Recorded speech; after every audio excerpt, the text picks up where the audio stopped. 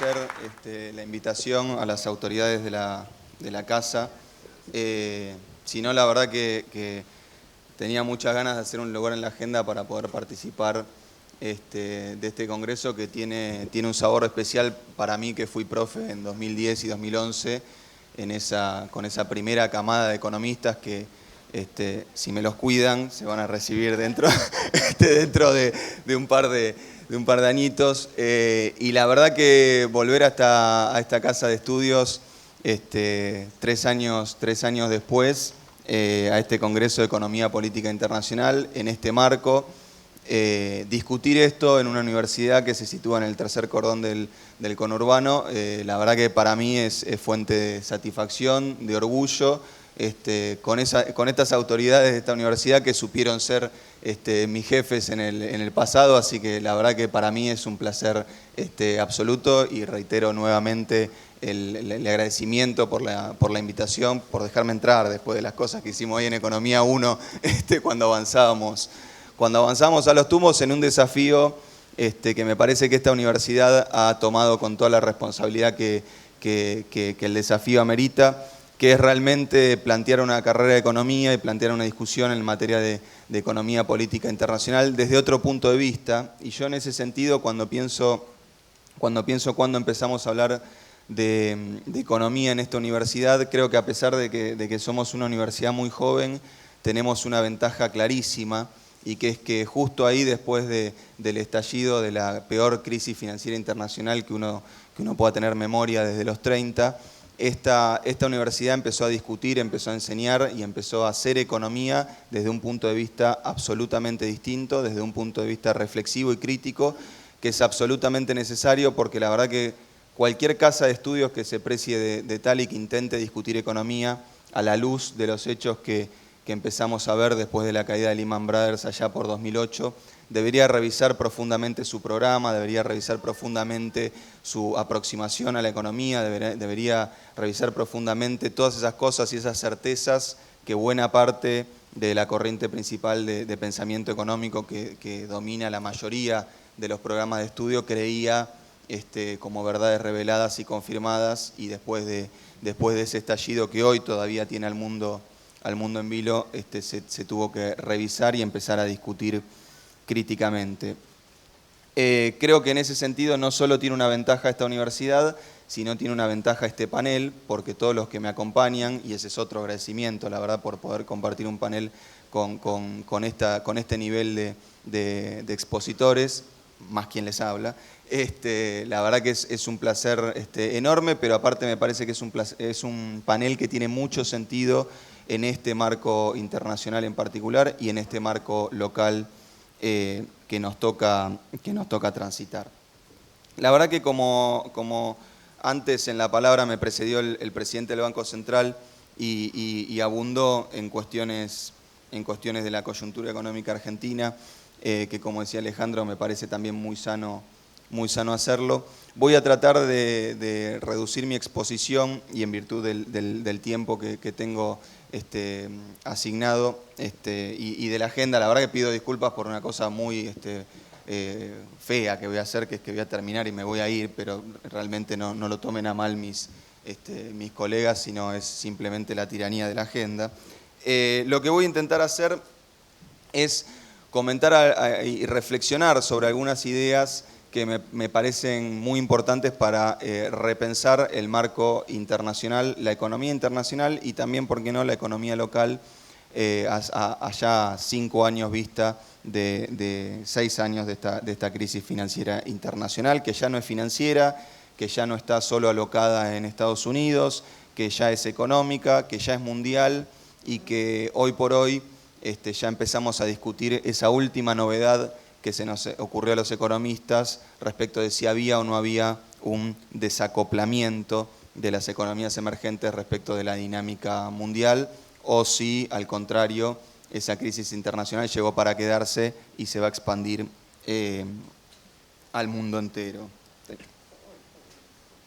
Perdón, el PPT. Le ayuda a memoria para no olvidarme de algunas cosas que quería comentar.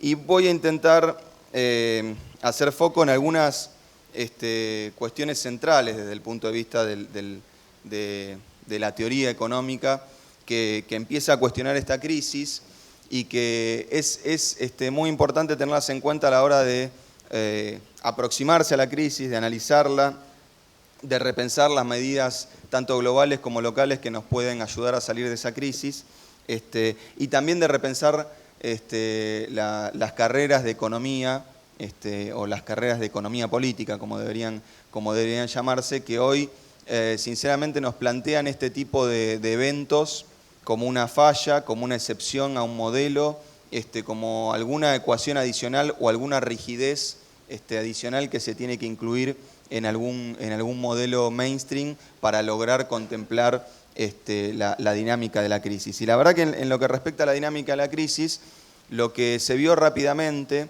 es que ninguno de los esquemas teóricos dominantes en ese momento pudieron explicar ni su génesis, ni su desarrollo, ni su profundidad, ni su durabilidad.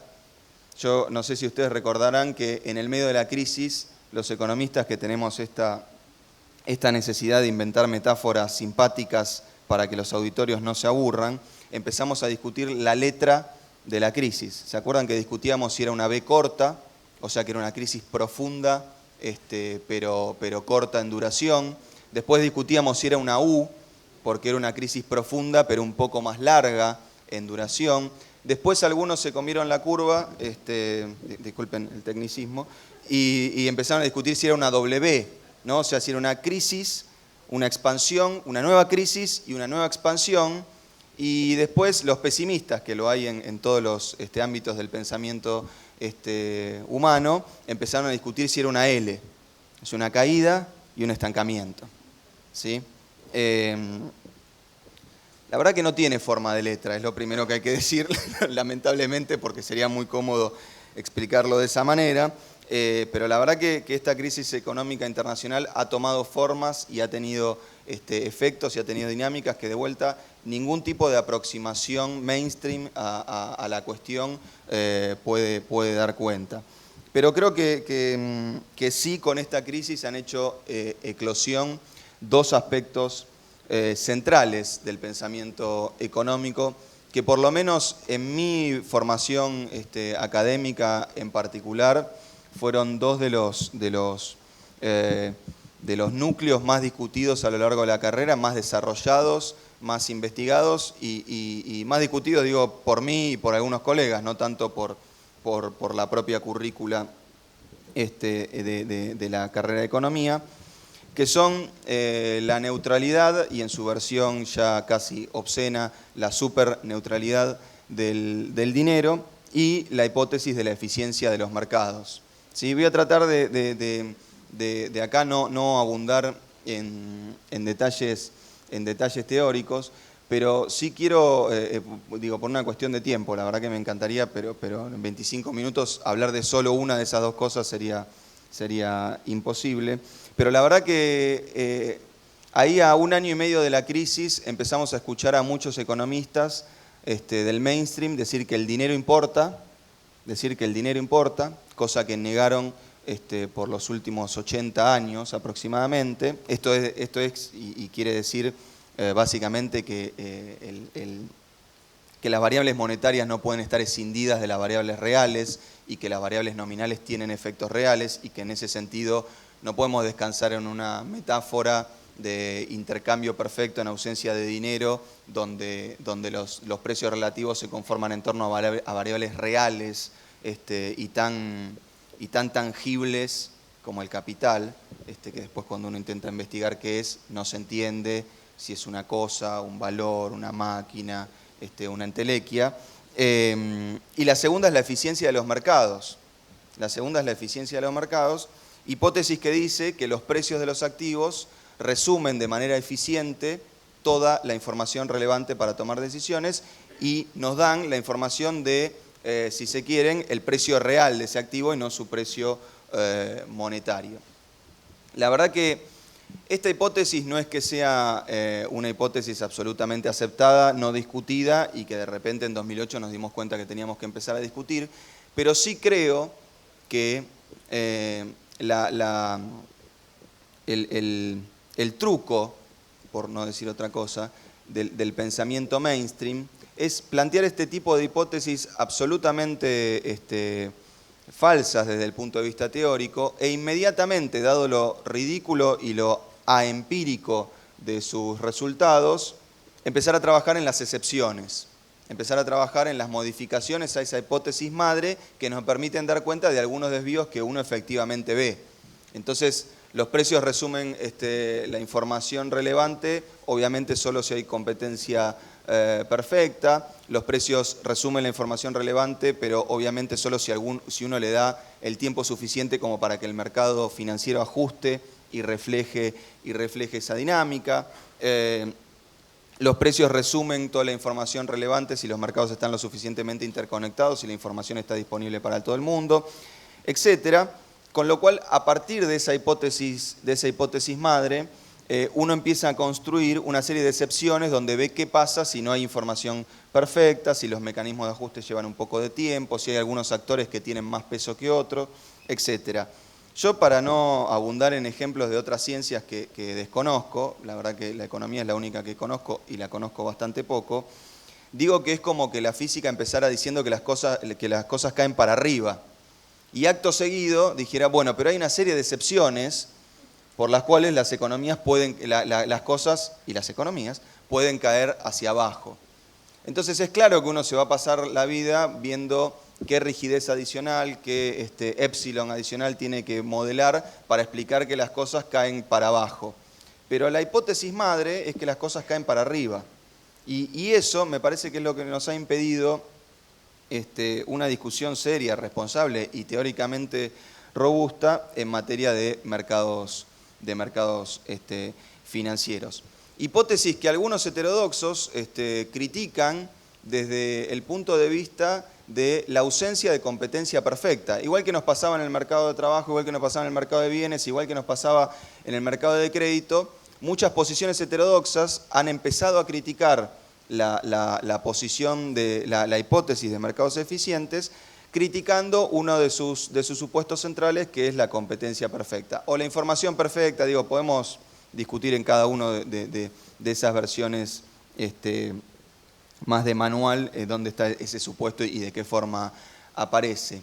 Y la verdad que como todo antipoperiano sabe, la potencia de la crítica es mostrar la inconsistencia de esa hipótesis en sus propios términos, no discutiendo sus supuestos. Y la verdad que mucha de la vertiente heterodoxa que se ha venido desarrollando y con particular fuerza en países como Argentina, como Brasil, como Italia, como Francia, ha levantado desde los 60 para acá una crítica que me parece mucho más potente y que es la que tenemos que abrazar, desarrollar y enseñar, que es que aún en condiciones de competencia perfecta, los precios no reflejan toda la información relevante en los mercados financieros, que aún en competencia perfecta el mercado de trabajo no se vacía, que aún en competencia perfecta el desempleo es un punto donde las economías se pueden parar y no hay ninguna fuerza interna que la saque desde ahí. Porque si no nos pasa lo que pasó con la revolución keynesiana, donde todo el aporte de Keynes se podía explicar haciendo rígida alguna variable. Entonces todo el chiste de la crítica y de la heterodoxia en economía era decir que el salario tenía cierta rigidez, era decir que la tasa de interés tenía cierta rigidez, y entonces abrazábamos la hipótesis de que las cosas caen para arriba y decíamos, bueno, ojo, pero si hay viento de costado es una cosa, si hay viento de frente es otra. Ese mismo error teórico garrafal que permite sostener al mainstream como el núcleo de pensamiento central en materia de economía, se vuelve a repetir en cuestión de mercados financieros. ¿Por qué? Porque entonces abrazamos nuevamente la hipótesis de que las cosas caen para arriba y decimos, bueno, veamos qué pasa si algunos agentes no comparten la misma información con otros. Veamos qué pasa si algunos agentes tienen un peso específico más grande que otro. Veamos qué pasa, una cosa que es divertidísima desde el punto de vista teórico y desde el punto de vista permítame decir esta caracterización de muchos científicos, del onanismo académico, que es básicamente fijarse qué pasa si algunos actores son irracionales. Entonces hacemos unos modelos divertidísimos, con unas computadoras gigantescas, y mostramos qué pasa si el 50% de los agentes están locos y el 50% de los agentes se comportan con arreglo a la hipótesis de que las cosas caen para arriba. O sea, fíjense a dónde ha llegado la discusión académica. Sinceramente creo que en este marco es necesario rediscutir esas hipótesis desde Keynes, desde Minsky, desde Raffa, desde los teóricos latinoamericanos que han armado el estructuralismo como corriente de pensamiento, y no seguir discutiendo cuáles de los supuestos de esa hipótesis de que las cosas caen para arriba no se cumplió. Es bastante sencillo, las cosas no caen para arriba. Entonces, arrancando desde ese punto de vista, es difícil llegar a una caracterización y sobre todo alguna recomendación de política económica relativamente sana en este marco.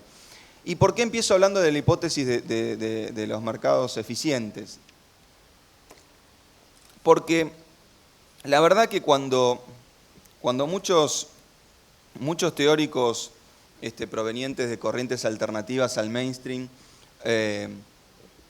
pensaban que el fenómeno mundial de relocalización de la producción en Asia, básicamente, y que la tan discutida desindustrialización estadounidense iba a desatar un conflicto distributivo en el centro del poder económico mundial, nos encontramos que ese conflicto distributivo latente, que ese conflicto distributivo que debería haber aparecido allá por los 80 o allá por los 90, en un contexto de crecimiento del Producto Bruto de Estados Unidos, pero estancamiento y caída, si uno lo mira punta a punta, de los salarios reales, cuando pensamos que esa configuración de un Estados Unidos que crecía pero no distribuía, y de una China, para ponerlo en términos muy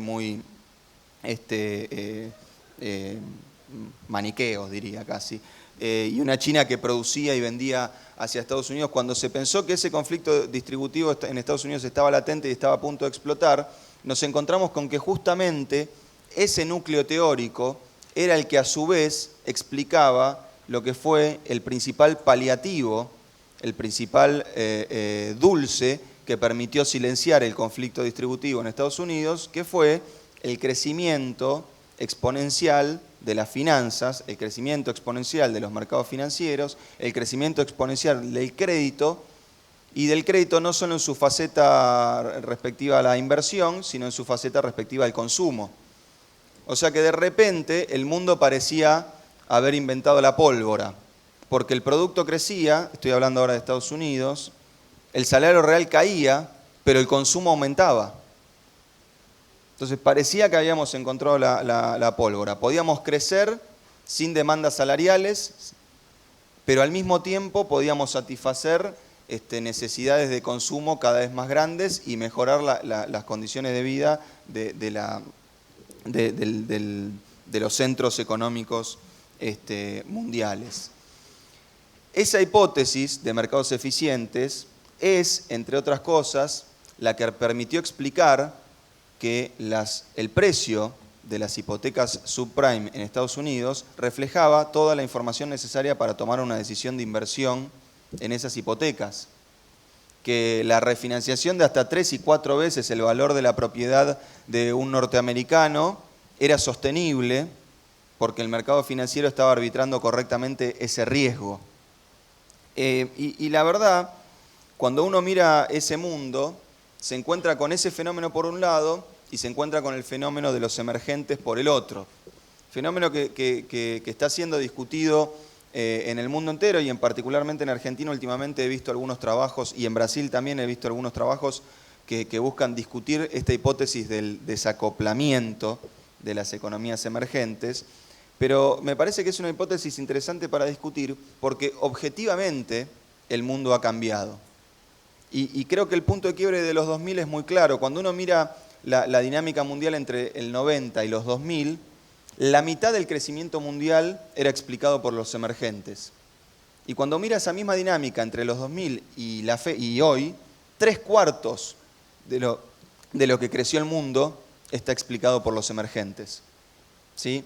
Entonces, me traje algunos machetes acá, pero cuando uno lo mira en participación del PIB, los emergentes pasaron del 23% del PBI mundial en el 2000 al 40% en el 2012, y en materia de comercio exterior del 33% en el 2000 al 48% en el 2012. Cuando uno mira el cambio relativo, la participación en el producto más que supera la participación en el comercio exterior. O sea que los emergentes, además, han crecido hacia adentro más que lo que han crecido hacia afuera.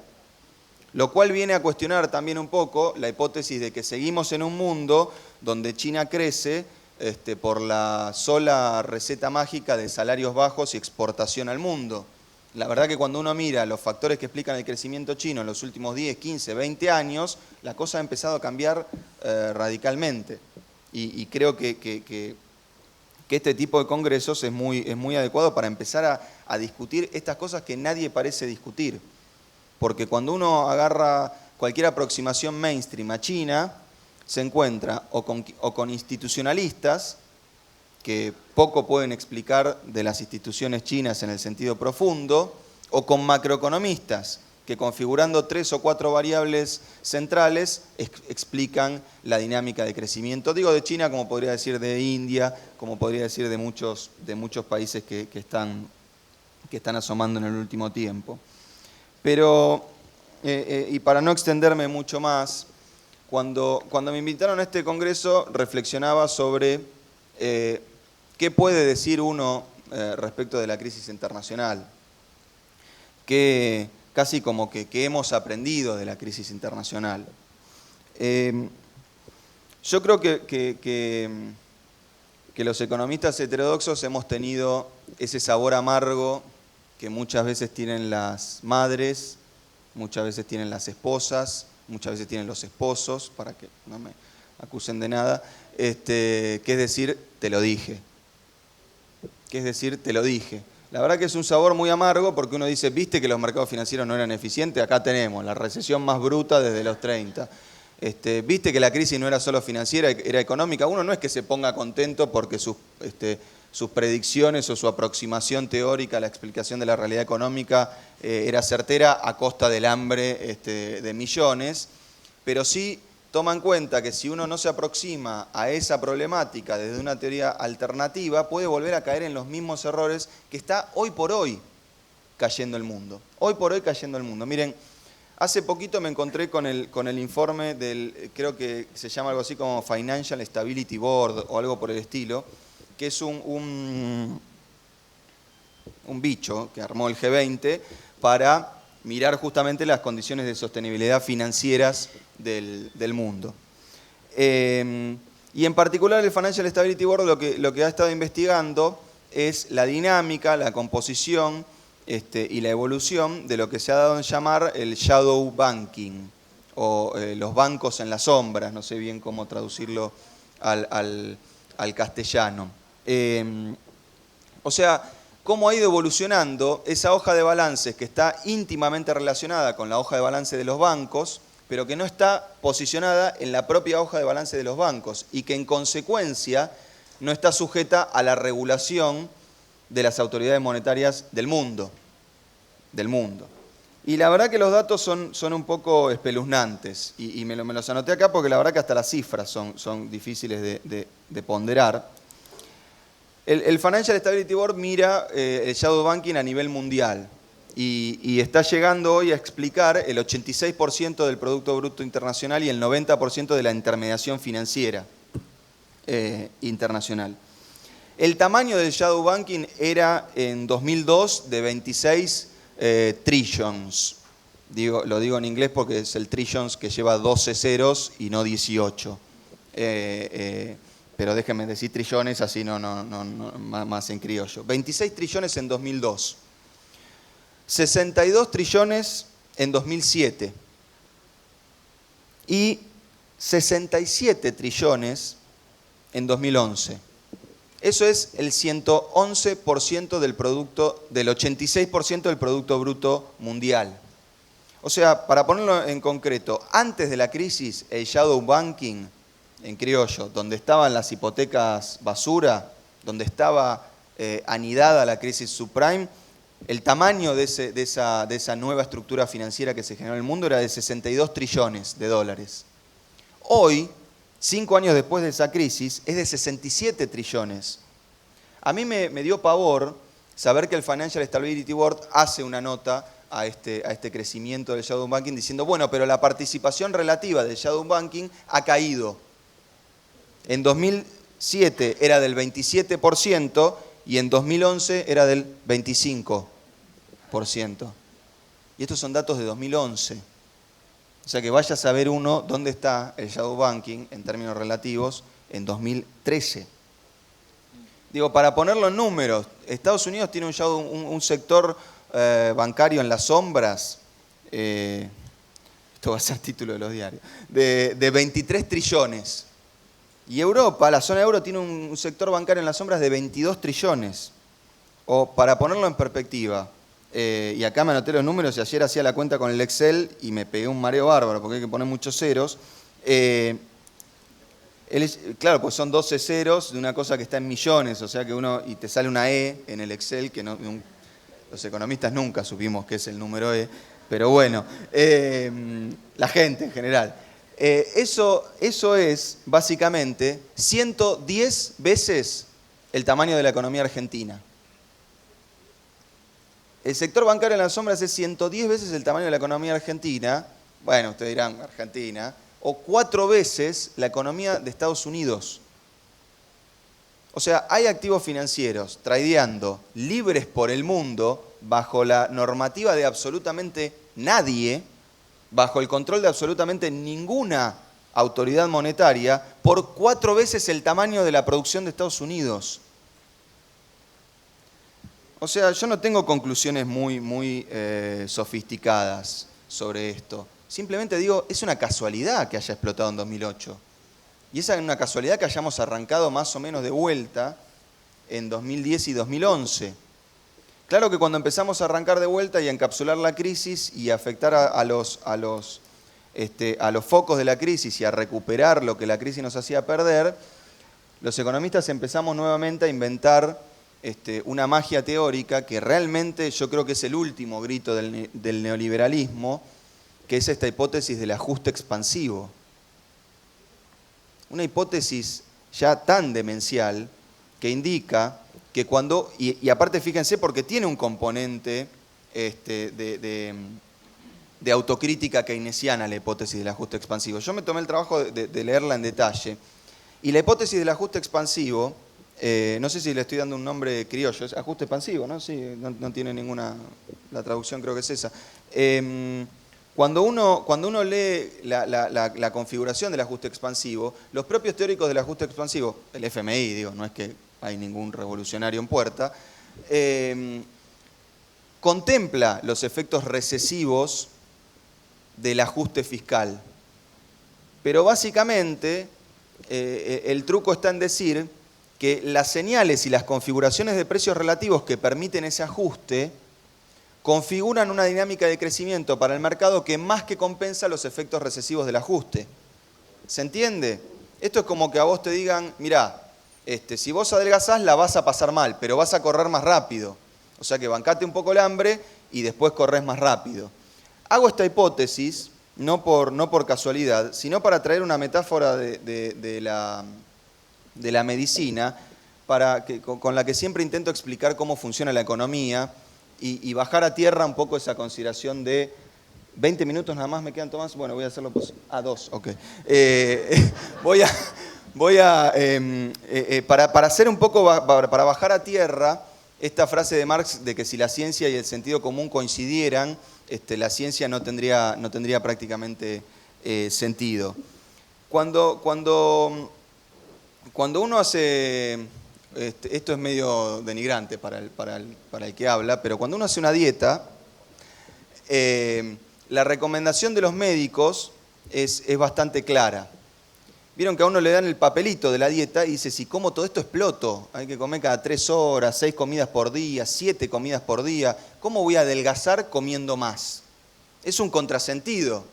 Uno más o menos lo escucha porque te lo dice un médico, no te lo dice un brujo.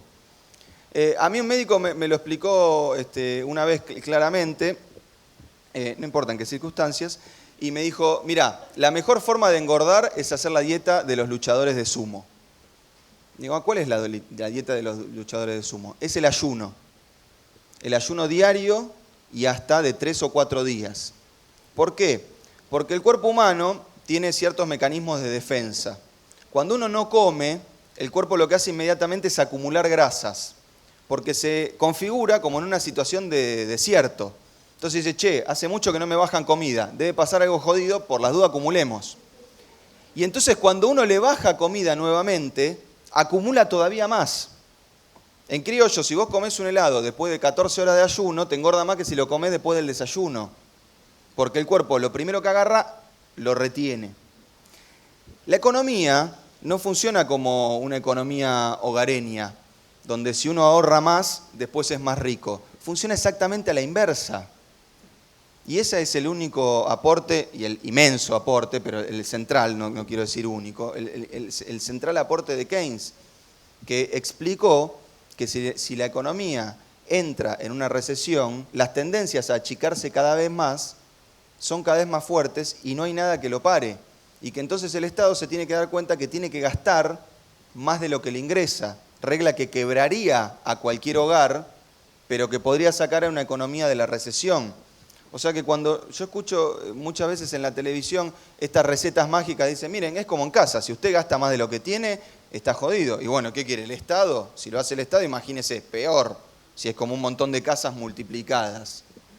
Esto que yo hoy vengo a ridiculizar es exactamente lo que está diciendo la principal hipótesis macroeconómica que rige la política fiscal de todos los países que están en crisis, que es la hipótesis del ajuste expansivo, con un berretín adicional que dice, bueno, está bien, le reconocemos a esos loquitos de la demanda, como nos llamaban en algún tiempo, que si usted ajusta la economía se va a achicar.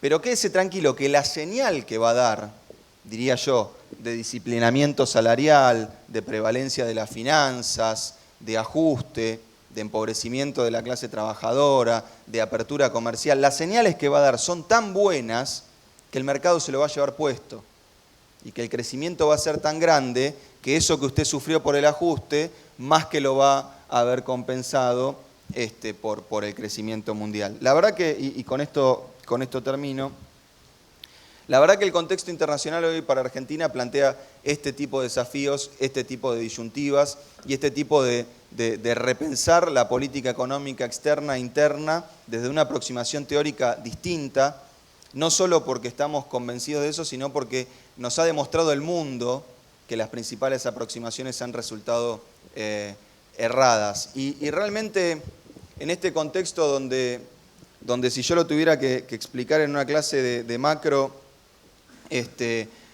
Argentina se enfrenta con una fuerza financiera internacional y con una dependencia jurídica municipal que ha hecho que Rho sea igual a 0 y Epsilon igual a 1. Mis exalumnos me entenderán. Rho es el riesgo. La verdad que si uno compra un bono, el bono entra de default y tiene asegurado que va a cobrar bajo cualquier circunstancia, ese Rho que dibujamos como riesgo se acaba de volver 0. No hay más riesgo. Lo que Argentina está diciendo en el mundo es que si no hay más riesgo, no hay más mercado financiero. Si no hay más riesgo, no hay más mercado financiero. Porque cuando un país paga 2.000 puntos básicos de sobretasa, es una muestra clara de que ese país es inviable y de que va al default. Y el Epsilon se nos ha vuelto 1. Porque fíjense la dinámica, si no con el juicio de Griesa. Todos decían, bueno, no, si pasa eso, no, nadie está previendo que eso pase, es una situación absolutamente improbable. No, ¿cómo? Bueno, siempre los errores estocásticos parecen estar configurados para ocurrir. Entonces, realmente, en un mundo donde la crisis financiera ha demostrado que la vieja pelea entre el capital y el trabajo por la distribución de ingresos no puede ser apaciguada de manera sostenible por las finanzas, en un mundo que ha demostrado que los ratios los ratios de rentabilidad que el mercado financiero le impone a la economía real hacen inviable la mayor parte de las economías emergentes y la mayor parte de las actividades productivas que un país como Argentina necesita encarar, en un mundo que le está diciendo a los buitres del mundo, quédense tranquilos que no hay ningún riesgo porque siempre, me permite una digresión marxista en la mesa, la superestructura va a determinar a la estructura. Fíjense, un juez está diciendo que hay que pagar una deuda en default. Me parece que para los teóricos más afines a esa discusión histórica entre estructura y superestructura, las cosas están patas para arriba. En ese mundo, la verdad que celebro que en un congreso como este se pueda venir a hablar de economía desde otra posición, con otras convicciones y con la seguridad ideológica que lo hacemos no por un interés puramente académico, no por un interés ontológico, sino fundamentalmente para defender a los que menos tienen. Muchas gracias.